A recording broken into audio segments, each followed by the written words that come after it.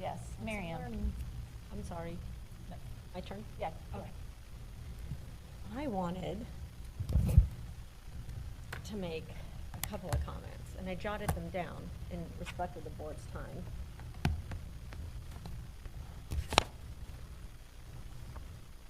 I wanted to make some clarification points. And I would appreciate you letting me finish. John, it's coming to an end for you, so please don't tell me to not speak or make hand motions to that effect, as you have done so previously. I would like to make some clarification statements from our last board meeting. I asked you, my fellow board members, to help me move up the discussion with regards to the role of technology in our classrooms. Because as you know, I believe that its inappropriate implementation has played a significant role in the decline of our student achievements, both academically and emotionally, most acutely realized in our under-resourced students. I begged for your help, and I was reminded about the lack of loyalty, my loyalty to the board. Sharita, you are indeed correct. Allow me to clarify who my allegiance is to. First and foremost, it is to the students in our district. And then to the citizens who pay to have them educated in our system. So I wanted to make clear that point. You know, while I certainly seek and I strive and appreciate the rapport and the friendly association we have in this mutual endeavor to serve the hardworking citizens of the district, it is not my intent to conform, because of what use am I if I do that? How does my assent with this groupthink help the students in our district? I call it groupthink because we don't have discussions, because we ignore important information and we censor problematic information. For the sake of unanimity, we don't problem solve and we ultimately fail our students. All the while with this illusion of optimism and invulnerability. I'm not disloyal or traitorous or whatever you want to call it. I intend to serve my community by sharing my knowledge and the wisdom of my experiences. I may not have served on other boards, but I have saved lives, so I do have something to contribute.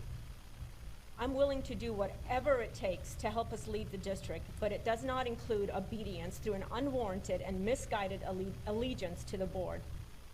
And so as we prepare for a new academic year, I'd like to remind us all of the oath we took by reading mine.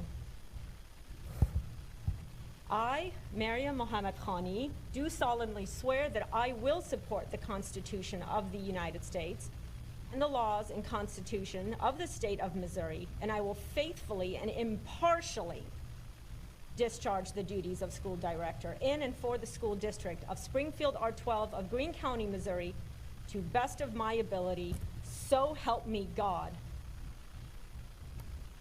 Just a couple more points. Sharita, you also said that you were sorry that I, quote unquote, felt marginalized, and so I wanted to clarify that point.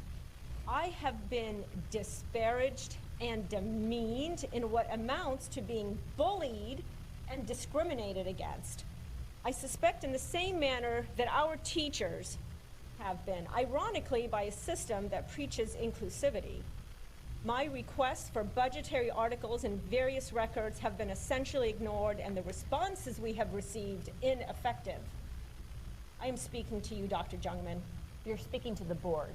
Well, all of you. We are on the board. But you don't respond to me. My responses... Your board comments are to the board. Yes, but my responses... Continue. You ask my emails to go to you and Dr. Jungman, and the responses all come from the district. So when I say that the responses have been ineffective, that's who it's coming from. Thank you. You know, if I have to give examples, why can't I call the building principal for permission to visit a school? Why am I not allowed to contact the teacher? Why am I not allowed to speak with district employees? I have yet to be granted by this board an audience with the superintendent. And we've been lied to. For instance, Dr. Jungman told us that critical race theory was not a part of the staff or student training. I have to say the evidence is contradictory. Our curriculum adoption will use a scorecard, as we talked about previously, developed by the NYU Metropolitan Center for Research on Equity and the Transformation of Schools, whose research is admittedly based on critical race theory. I think there's been enough discussion on this topic that the district can't ignore ignorance on its content.